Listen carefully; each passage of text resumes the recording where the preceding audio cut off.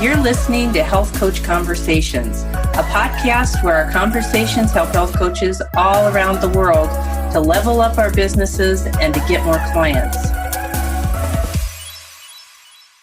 Hello and welcome. I am Kathy Sikora, founder of the Health Coach Group and Health Coach Conversations. And this is an unusual podcast in that we are breaking this conversation into several podcasts. I was lucky enough to interview one of my favorite new doctors, Norman Rosenthal. And we discussed three specific topics of interest to all coaches: seasonal affective disorder, the importance of coaching, and how coaches improve the wellness potential for patients. So I wanted to split it into three podcasts, and luckily Dr. Rosenthal allowed me some extra time. I'm adding some technical information so that you feel comfortable implementing and facilitating the change. So, number one will be an interview with Dr. Rosenthal about seasonal affective disorder. Number two, we'll be talking about the way that he works with his patients, which is a little bit different than a lot of psychiatrists work with patients and a lot of doctors in general. And then also how coaches can improve the wellness potential for patients. So I know the next 3 weeks of podcasts are going to be very good for you and very informational and very entertaining too. So welcome to the podcast. Let me tell you a little bit first about Dr. Rosenthal. He is the professor of psychiatry at Georgetown University School of Medicine and is listed as one of the best doctors in America. Dr. Rosenthal has practiced psychiatry for over 3 decades, treating people with all manner of psychiatric and emotional health issues.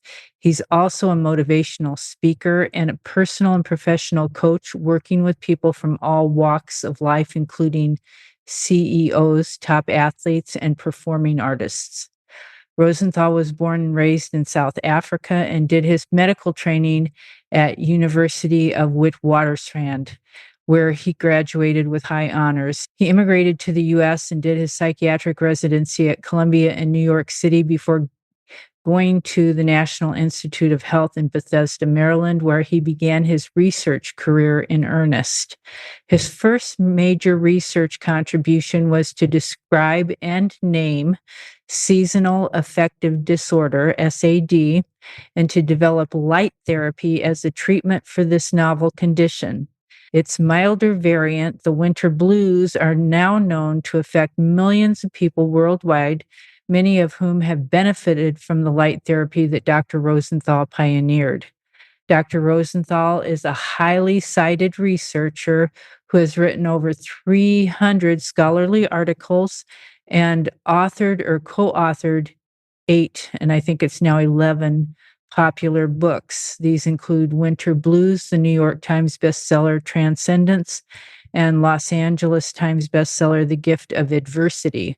Rosenthal has conducted numerous clinical trials of medications and alternative treatments, such as transcendental meditation for psychiatric disorders and the treatment of depression with Botox. He and his work have been featured on Good Morning America, The Today Show, NPR, and other national media. I am really excited for you to listen to us today, next week, and the week after. And I know that you're going to love everything that this man has to say. Well, let's start out talking about that. You have 3 or 4 books. I have written lots of books, but the latest one about seasonal affective disorder, or SAD, really summarizes 4 decades of work in the field in a very compact, accessible way. And so I'm excited to tell your readership about that book. I think it would be a wonderful resource both to people with SAD and to those who deal with them. SAD is one of those things that if you don't think about it, you could easily miss it. Why is it so? Because, you've got August, September, people are doing well, and then gradually they begin to lose their functioning. They're slower, they're sleeping more, and they're eating more. And it doesn't just kind of announce itself one day. It's a gentle transition into what can end up being a very disabling condition. And so, whether you are someone suffering from it, or a doctor treating it, or a coach, you would really do well to be cognizant of it, because you could be coaching somebody in autumn and they're doing great. And then it's October, November, and all of a sudden, and you're thinking, wow, I'm really a great coach because look how well they're doing. And then suddenly you think, oh, now what's happened to my coaching ability? She just doesn't get mobilized, and I'm just having a hard time communicating the message. And it's really the change of the seasons. So if you're aware of it, you can counteract it and keep the functioning good all year round. And so that's why defeating SAD is a compact way of understanding the condition, treating the condition, using it as a resource. You worked a lot with light therapy. How important can light therapy be for someone who's suffering SAD symptoms? It still amazes me how important light is, because, you just look and, well, it's light, it's dark, it's this, it's that. You don't intuitively make the connection until you do. Once you know enough about it, like I have that problem myself, I am very sensitive to the light levels. And so now I will immediately know when the light is too low and I'm feeling it. And I will turn on a light box or light fixture and give myself a little bit of light therapy. Or I will turn it on in the bedroom in the morning and brighten up the bedroom, and it already changes my mood within 5 or 10 minutes. But if you don't have that connection, clearly linked and forged in your mind, then you're not going to think about it. So that's why I love to share that knowledge and share that intuitive connection that you develop over time, in the hope that people develop it quicker rather than slower, so that they can avoid suffering unnecessarily. And when I say suffering, you may be slacking off on your job. If you're a writer, you may not be finding the right words or phrases to excite the reader. If you're an actress, you may be not able to generate the kind of buzz that you need to in order to galvanize the audience. Whatever it is you are, you're probably not going to do it as well, because all of it takes some kind of interpersonal pizzazz to get people engaged, and it's very hard to muster when you have SAD. Well, and the light therapy isn't like you have to go to a certain location to get access to the light. You can get one of those light boxes and just have it at your office desk and turn it on, can't you? Yes, they are available and you can get them, but there are tricks and ways that you can maximize their usage. So I encourage people to learn those. And do you have those in your book? I do. Oh, I put them all there. The goal was in that book is to share everything that most people with SAD, or even a lesser form of SAD, which we call the winter blues, most people with that problem are going to benefit from that book. It's fun. It's got some fun anecdotes. For example, one time, it was autumn or winter, I came back from going out, and there's my voicemail. At that time, I had one of those machines that registers voicemail, and it was full. And I thought, what's going on here? And apparently they had asked on Jeopardy, this condition described by Dr. Norman Rosenthal affects people in the winter. And then the question was, what is SAD? And I didn't realize how many people watched Jeopardy. But, but You knew how many people had SAD. I have more respect for Jeopardy. And, and these are people, of course, my work had been publicized everywhere, but I never got a full answering machine until it appeared on Jeopardy. I thought, people would leave a message, you've made it, You made it to Jeopardy. That's a good story.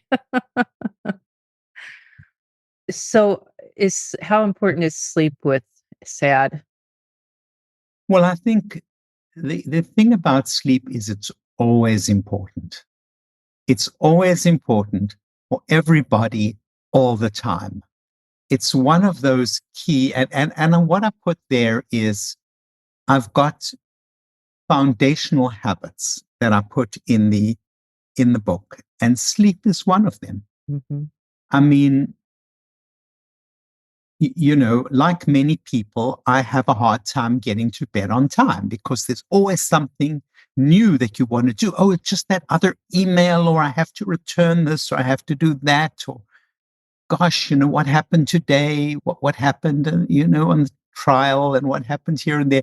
You want to try to you don't want to let go of the day. You want to capture every last thing. And to an extent, of course, that's nice. But to an extent, you're cheating yourself out of your sleep.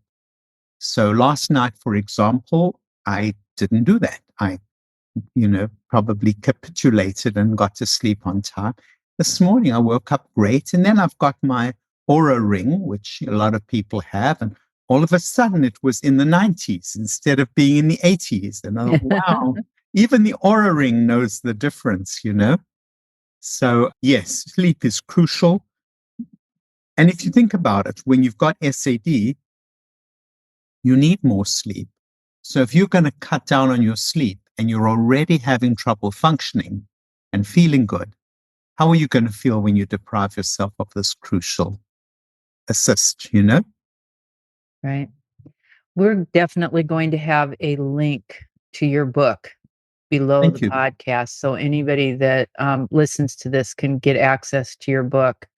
Can you tell me a story of somebody who has had light therapy and how that's changed their life in a good way? The trouble is not finding a story in my mind. It's picking which story. Because there are so many people. I mean, somebody who came out this way from a bright climate to here for his work, and because his wife's family is here, and suffered terribly, had struggled with his work. He was a physician, is a physician, struggled with his work through the winter. And we worked together over the years. And in the end, he was functioning really, really well in every way. But it meant not only light therapy, it meant the exercise. I introduced him to another very favorite intervention of mine, which is transcendental meditation. It's a practice that I do, and it is a huge stress reliever. And as you can imagine, when you're feeling down, when you've got SAD, every stress is amplified. And what I do in my work is I add these things together. And then he would come to me, he would be well controlled, but then he would come to me, and I mentioned him actually in the book. He would come to me in the summer and he would say, all right, so now you've helped me so much, but I'm still having trouble with blah, blah, blah. What should I do? I said, well, why don't you go and exercise outside? Exercise, go for brisk walks outside and look up at the sky. Even if it's a gray sky, it will be giving you quite a lot of light that you don't even realize. And at the end of the winter, he said, every year you give me a new trick. And that was the latest trick that you gave me that made such a big difference to how I felt walking outside in the winter. So in other words, it's easy to make the mistake of thinking you get the light box and all your problems are solved. Nothing.